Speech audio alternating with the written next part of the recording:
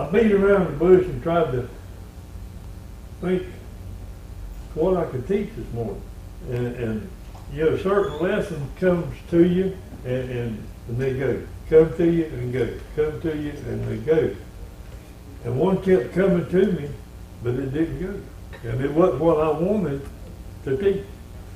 But then I got thinking about Sister Nina and Brother Harvey, and a lesson came to me that I taught here in 2016.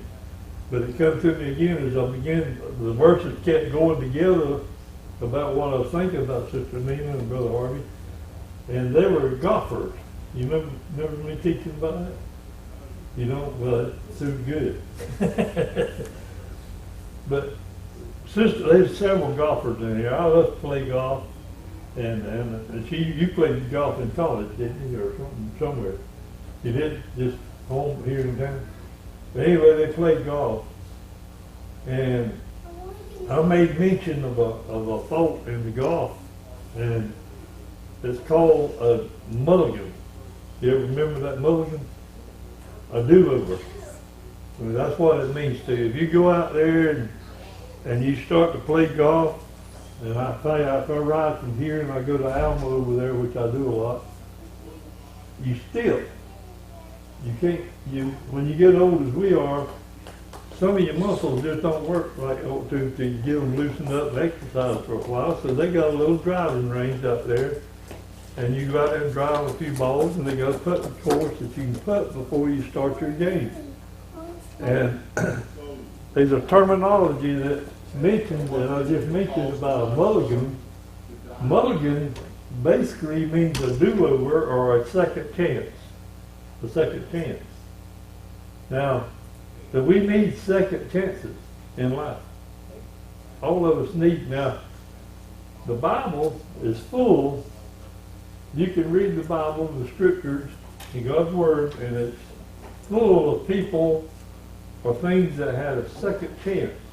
And tells us that about this mulligan, if I go out there and I don't practice long enough to get all loosened up good enough, and I go out there and tee off on the first tee, and I hit that ball, and it's liable to do what they call a worm burner. You know what a worm burner is? A worm burner in golf is when you first start out playing golf and you don't know what you're doing and you hit the top of the ball or even miss it altogether. I've seen people actually get out there and they had the right stance and everything and swing and the ball still there. Well, they didn't get down like they're supposed to. They didn't squat down. They didn't use them. They didn't go through all the right procedures, and they'd actually missed the ball. I've done that. When I first started, I made a fool out of myself.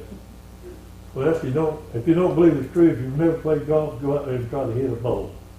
I guarantee you he'll tell the truth on you. You need a mulligan. You need a do-over. You need to learn something else, what to do to hit that thing. So then eventually you get to the point where you realize in your mind, I got to squat down a little more to hit that thing because I missed it altogether the first time it went over. So then you hit it and it hits the top of the ball and it goes out there, and that's what's called a worm burner. It rolls out there about 40 feet and stops. Well, you're allowed one mulligan per game. And it's not in the rule book. It's just the ones that play locally. Understood. Yeah. The older men especially, and women, that play golf are allowed one mulligan, which is not by the PGA rules or anything like that. But I was thankful that several times that I've had a second chance or a mulligan. I finally learned how to hit that ball, and then it wouldn't go where I wanted it to. It'd go in the woods, it'd go in the water. So then I couldn't use my mulligan no more because I'd done used my second chance up. So you just start deducting, right, Sister Nina? You start messing up big time then. And at the end of the game, it really looks bad. You have to go next week to try to correct it. Or maybe a day or two, whatever you get a chance to go back. But eventually it all comes together. And that's the way it is in the Bible. We have people that have mulligans, one of them is Jonah himself. That was one of the main ones, and I use Jonah a lot in here. But Jonah, he was in the Bible. Jonah was pretty busy at times. He was here and there and yonder and preaching and running, and he was doing all kinds of stuff. But Jonah in chapter 3, verse 1, the Lord gave him a second chance. And a second chance is nothing but a mulligan. A mulligan. Did he need a second chance? Why? Why, Brother David, did Jonah need a second chance? He went in the opposite direction that God told him to go, and he didn't follow through on all that God had told him to do. First thing he would do is to rise and go, but did he rise and go? He went. But here's where he messed up. Jonah arose, he did good. He said, Jonah, arise and go to Nineveh. He arose and went opposite. He was toward Joppa. Or it might have been in Joppa, I'm not sure. But anyway, he got on a boat. We know the story by like our hand. And Jonah was given, it says, read it, Sister Christy, read Jonah 3:1. I believe it's in 3:1. And the word of the Lord came unto Jonah the second time, Okay. saying, Arise and go to Nineveh. Did he get a mulligan? He got, man, that was one of the best mulligans he could have had. Because he was told to go to Nineveh, and he didn't. He went the opposite direction, and God saw all that. You remember, the eyes of the Lord are over you at all times. God sees us. There's not a creature that's manifest in sight, but all things are naked and open to the eyes of whom that see. God saw Jonah when he messed up. So Jonah, just like in golf, you get that mulligan the first time. So that here he gives him another chance, and then did he do what he's supposed to do? He went on in, then he did what he was supposed to do with the mulligan, and then he did wrong. He got mad. He didn't want them people to be delivered or saved from their wicked ways. Did Nineveh get a second chance? See, it just over and over it just tells you Jonah had a second chance. And God blessed him, and he went on in and he finally did what God said, and then he gets mad because they repented and put on sackcloth and ashes and repented and did what God says for a while. But then they eventually failed too, because they walked contrary to what God would have them to do. But Jonah was one of the main ones that had that second chance or that mulligan. Then I got thinking about, it's so easy for us to look at people and their livelihoods and ways they do things. We all are different in a lot of ways. And what I'm thinking to tell you here now, I'm not saying it's right to do what a certain woman did. But the main point I want us to look at is what God did, or Jesus did. Turn to John 8. Brother David, it's kind of a lengthy reading, but I want you to focus on what's being said and think about, hey, this woman's got a mulligan. All right, Brother David, read John, 1 John, St. John 8, chapter 1 to 11, and think about this mulligan or second chance. Jesus went into the Mount of Olives, and early in the morning he came again into the temple, and all the people came unto him, and he sat down and he taught them. And the scribes and the Pharisees brought unto him a woman taken in adultery. And when they had set her in the midst, they say unto him, Master, this woman was taken in adultery in the very act. Now Moses in the law commanded us that such should be stoned, but what sayest thou? This they said, tempting him, that is, tempting Jesus, that they might have to accuse him. But Jesus stooped down, and with his finger he wrote on the ground, as though he heard them not. So when they continued asking him, he lifted up himself, and he said unto them, He that is without sin among you, let him first cast a stone at her. And again he stooped down, and he wrote on the ground.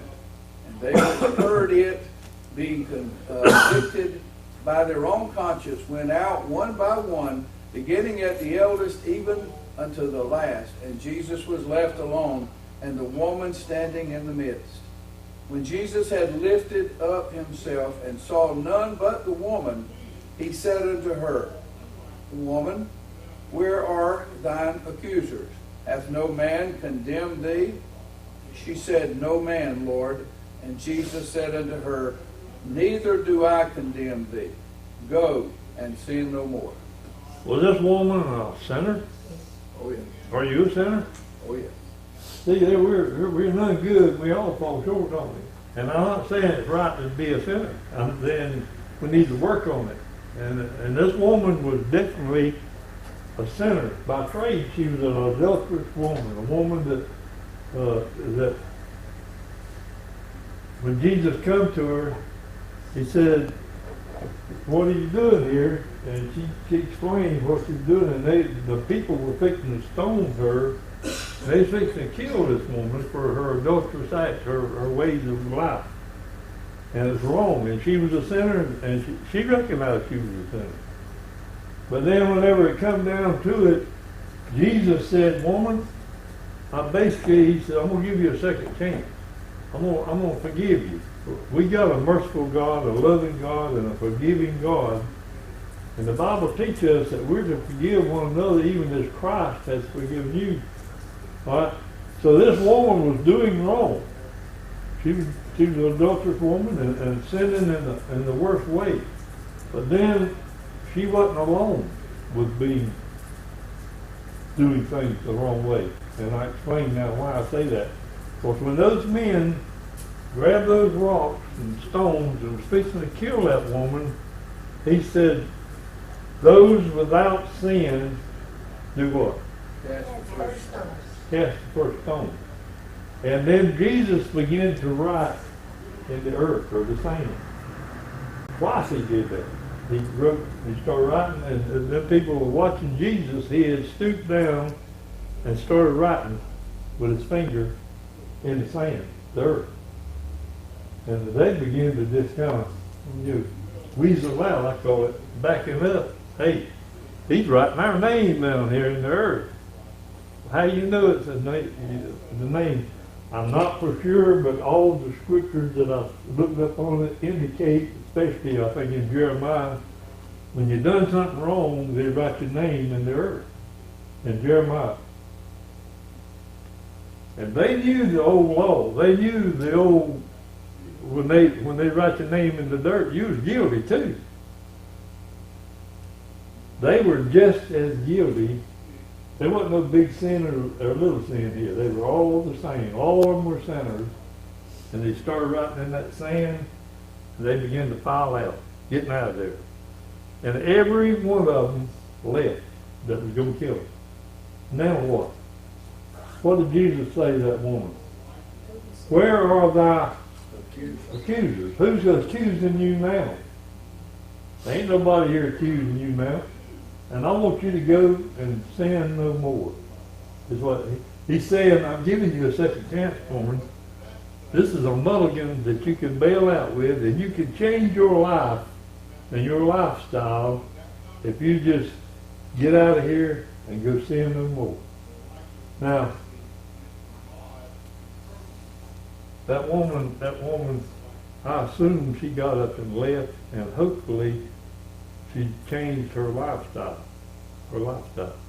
All because she was given a mulligan or a second chance. Who else? We got the adulterous woman. We've got Jonah. They both got second chances. Who else comes to your mind? Anybody? Hezekiah.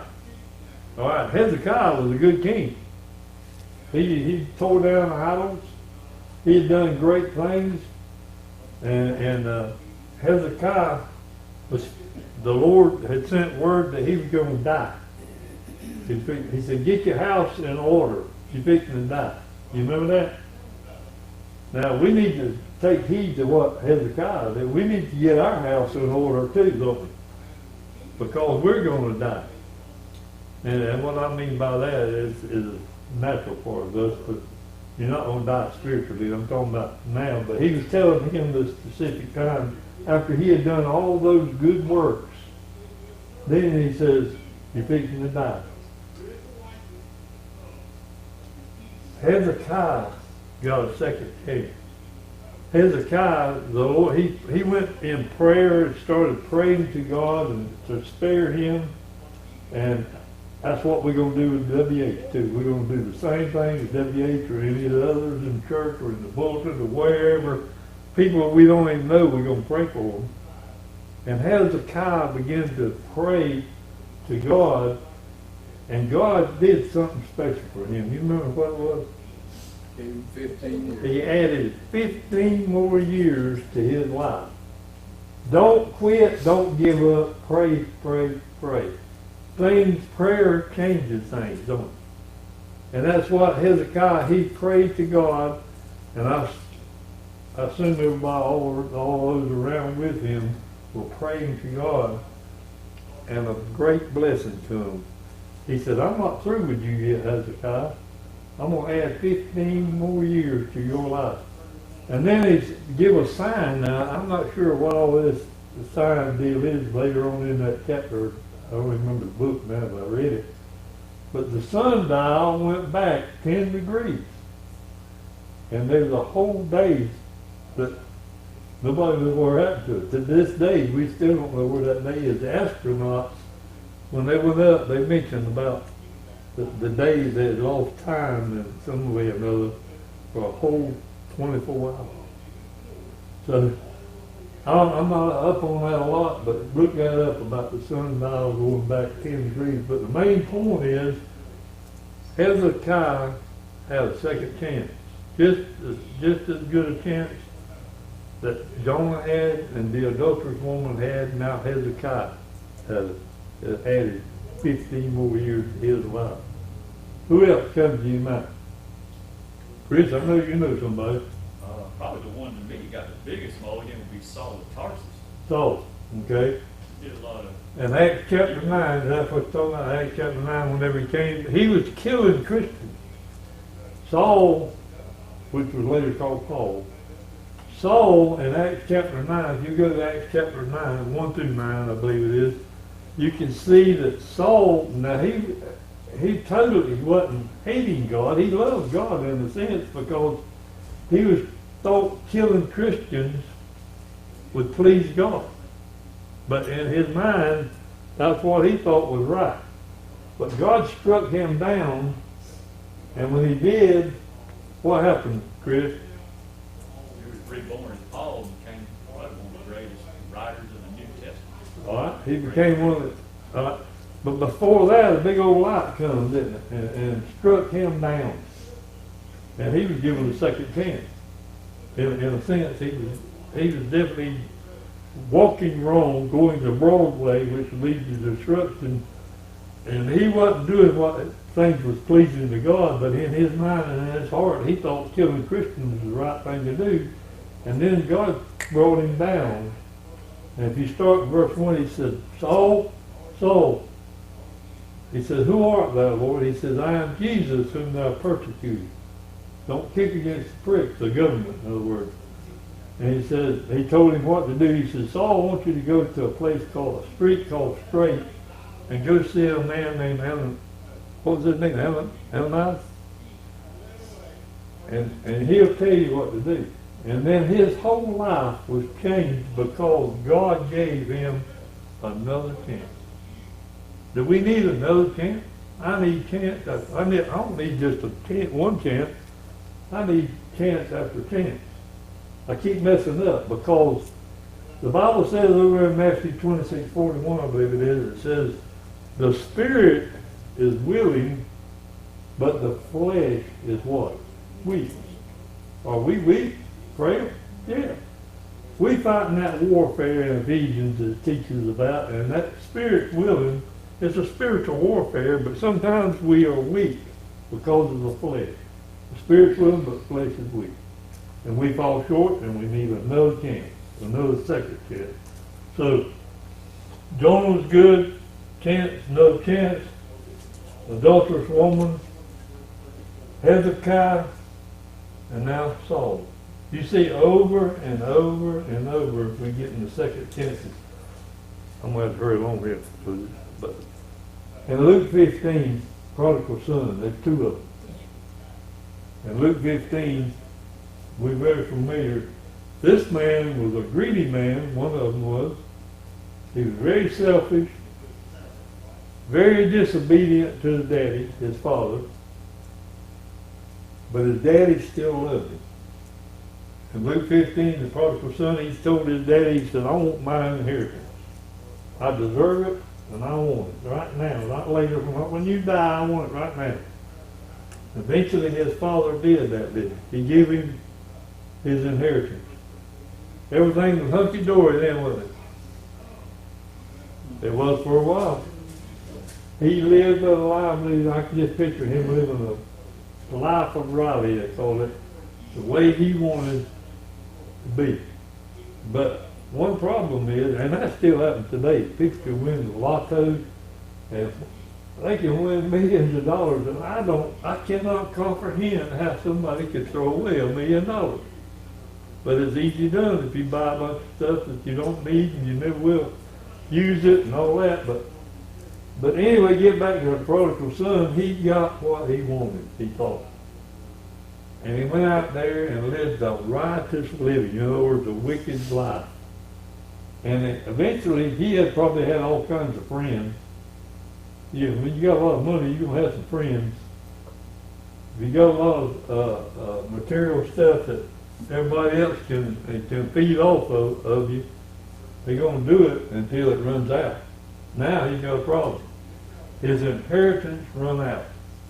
His inheritance was no longer there, and he was wound up eating like a hog in a husk.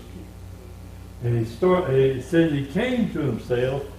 Well, the reason he came to himself is God showed him, you need to get up and do something different than this. This is wrong. And he gets up and starts heading back to his father. He said, if I could just be a hired servant, that's all I need to be. Just a hired servant is better than living like this. He done forgot about all them riches he threw away. And his father met him, run to him. He run to him and he gave him a ring and a coat and picked a feast or dinner for him. And the other one got mad because all that was going on. So there's two prodigal sons now. But the main point is he got a mulligan. He got a second chance. I'll do with it. He had a chance to do something again. I ain't got time to go into a bunch of these others, but the main point is, let me read you a couple verses just to show you how merciful God is to people that need a mulligan, which is me. I guess y'all want too. Y'all need a mulligan too. It says in Ephesians 4:32, let all bitterness and wrath and anger and clamor and evil speaking be put away from you with all malice. And here's what you need to do, and I need to do. Be ye kind one to another, tender-hearted, forgiving one another, even as God, for Christ's sake, hath forgiven you. Do we need forgiveness? Absolutely. Colossians 3:13, it says, forbearing one another and forgiving one another. If any man have a quarrel against any, even as Christ forgave you, so you do also, or so also do ye. And then the last one here I want to look at, well, there's several more, but I'm just going to quit that. Let me read one more. Peter denied Christ 3 times there. Listen to Matthew 18:21 and 22. 21 says, then came Peter to him and said, Lord, how long shall thy brother sin against me? Now forgive him. He says, till 7 times. Jesus said to him, I say, no, not unto thee until 7 times 7. But until 70 times 7. In other words, not just 490 times. Keep on forgiving. And Peter had denied Christ, and the cock crowed, and he realized he needed a second chance. Lord, he went away weeping and crying, knowing what he had done. He had denied Christ. That's one of the worst things you can do, is deny our Lord and Savior. We need to never be like Peter He was weak at this point, and he denied Christ. Not once, not twice, but thrice, 3 times. So we all need that do-over and start doing what God would have us to do. Anybody got anything?